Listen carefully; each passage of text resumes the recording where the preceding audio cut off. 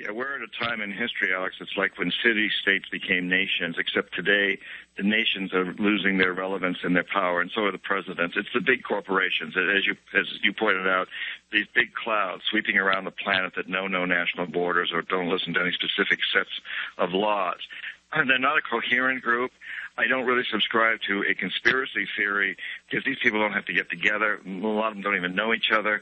There's not a lot in common between Exxon, for example, and Nike or Walmart or Monsanto, but they all are driven by this one single goal of maximizing profits, regardless of the social environment. So it's like locusts. I mean, they don't have to communicate with each other to descend on a field and eat the grain down to the bone. That's just what they do.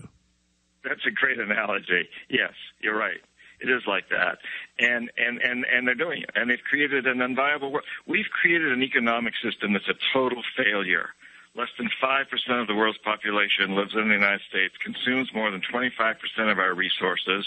10% of those people own almost all the assets in the United States and a great deal of the world. Nearly half the world, in the meantime, is starving or on the verge of starvation. That's not a model you can sell to China or India or Latin America or Africa. That's a failure. It's a failed system. And so there's only one conclusion. We have to change it.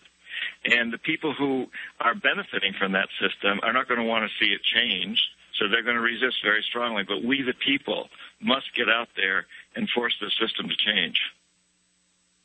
But how do we do that without these different corporate interests misdirecting our energies? Because they're so good at coming in with a phony template and co-opting activist groups or creating their own activist groups for their own kind of reformoid counterfeits of real reform. Well, the how-to is a large part of Hoodwinked. It's why I wrote the book Hoodwinked. My passion just rose to the surface as my daughter gave me a grandson who's 2 years ago. He's now 2 years old. And this baby's really driving my passion because I realized that if we stay the course, his world when he's my age, 6 decades from now, is going to be ugly. But we have the opportunity to change it, and we must recognize that the only way my grandson is going to inherit a sustainable, just, and peaceful world is if every child on the planet has that same expectation, and it's realized. This is the first time in history that this has been the case, where our own self-interest here in the United States is driven by a world self-interest. We can't have homeland security till we recognize the whole planet as our homeland. And this is very new, where we've become such a small, integrated planet. And so the book Hoodwinked is all about that. But very, very briefly, I think a couple of things. These big corporations are dependent on us to buy their goods and services, or on our tax dollars to buy their goods and services. As consumers, we have a lot of power. As taxpayers, we have a lot of power. I often think, what if we really demanded of our government that to take even a small share to start with of the military budget, pay the same companies, General Dynamics, Raytheon, whoever, but instead of building missiles, have them build and invent and build equipment that can clean up the terribly polluted lands and rivers. But see, they don't want to do that, even though they would still make just as much money, because it would make those third world and developing world people educated and strong and self-sufficient, which in the long run the elite believes could displace them, and that's stated in a lot of top corporate documents that we've covered here on air. There is a method to this madness, this instinct by elites to not build up populations, because if you keep them poor and dumbed down, they're much too worried about trying to get enough food to eat to ever take over their government and bring true freedom. Absolutely correct in terms of the people who are currently running the corporatocracy, but they're getting old.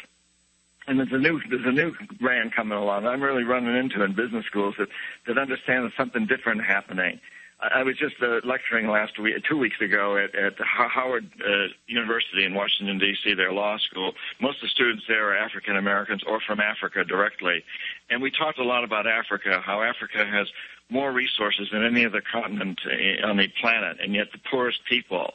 And Latin America is second.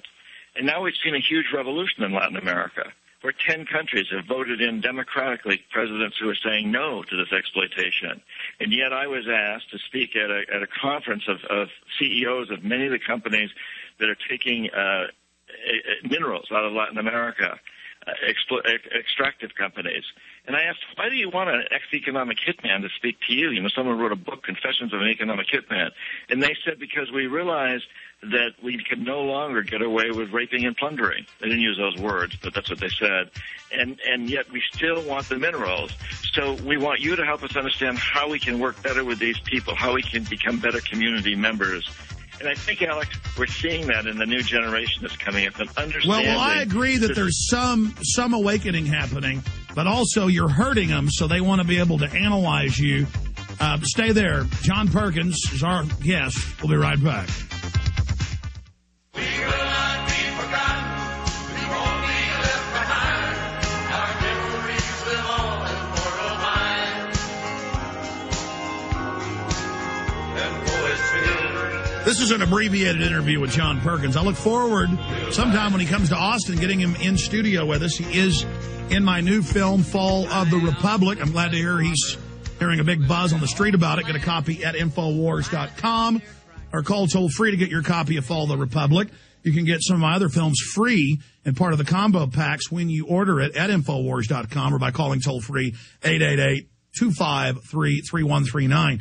Hoodwinked, Confessions of an Economic Hitman, and other books he's written are really having a big effect. And somebody that constantly gets brought up to me when I'm on other talk radio shows is John Perkins. And it's another testament to the idea of if we just take action, over time we can affect change in a positive way. But don't expect things in this instant gratification society to be overnight. I use the analogy or parallel of 10 years ago you couldn't find organic food in most grocery stores. Now it's displacing the GMO crap. So that's how we vote with our dollars, and that's what John Perkins really is an expert at, is showing people how to vote with their dollars. Do you still think that's one of the most powerful tools we have, John? I absolutely do, Alex. You know, we've seen in the past, like we got rid of apartheid in South Africa because we didn't buy from companies that supported it. We got the big corporations to clean up terribly polluted rivers in this country, to bring in more women and minorities into their employment ranks, to get rid of hormones and trans fats in foods and in animals. We've had a lot of success on specific issues. But now we need to ratchet that up a notch and say we're only going to buy from companies that are committed to creating a sustainable, peaceful, and socially just world. And, you know, for the first 100 years in this country, no corporation could get chartered unless it proved that it was serving a public interest. The charters lasted about 10 years on average, and they had to go back to get rechartered. That all changed in the late 1800s when the Supreme Court decided that corporations have the same rights as individuals without the responsibilities. But I think we need to go back to some laws that force these companies to be good citizens, environmentally and socially. And to start with, to get those laws moving into place, you and I and all of your listeners need to send emails to every company out there. I'm not buying from you, Nike, because you still have sweatshops in Indonesia. And I am buying from you, X company, because you don't. There's a lot that don't, and you can find them on Google. There's many places where you can find them. So we need. Well, that's like Walmart. I mean, we know Walmart is a predatory company that owns slave operations, slave wages around the world. We know they come in and sell underprice, which isn't free market. It's predatory, destroy all their competition. I will not buy from Walmart because I know it's killing our country.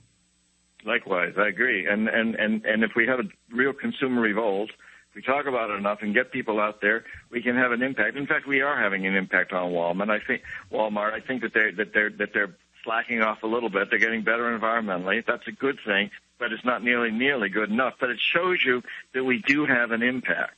And we just need to have a much greater impact. And we need to convince these companies that it's to their advantage to level the playing field, that none of them is going to survive in a world that we're headed toward now, that in the long run, we've all got to do a better job. I mean, it's self-evident. You have to be sustainable or you go out of existence. And that's the course that we're on right now, is one toward going out of existence. They better recognize this, too, and we need to force them. And I am encouraged by the students that I'm seeing in universities and business schools now that I think are getting it a lot more. They're being influenced by Al Gore's movie, by the Constant Gardener movies like Blood Diamond, so many books out there, films like yours, this show, there's so much that's going on that I think the new generation is coming up with a new sense of consciousness. But see, that's the only place we differ. I think what Al Gore is doing about making it all about carbon dioxide, that becomes a distraction from all the other real environmental issues and the type of solutions that you come up with. I mean, I think that's where we differ. But overall, I know that you are just trying to get people involved, and simply getting the public involved is the start to them finding out what's really true and accurate. John Perkins' new book, of course, is already a bestseller out there, and it's titled Hoodwinked. His website is johnperkins.org. John, in closing, in the last minute we have left, tell us about your speaking tour and how folks can come out and see you. Well, yeah, I'm traveling all over. Go to johnperkins.org, not .com. That's some I don't know, some crazy guy, but .org. And also, you can reach me through Twitter at economic_hitman.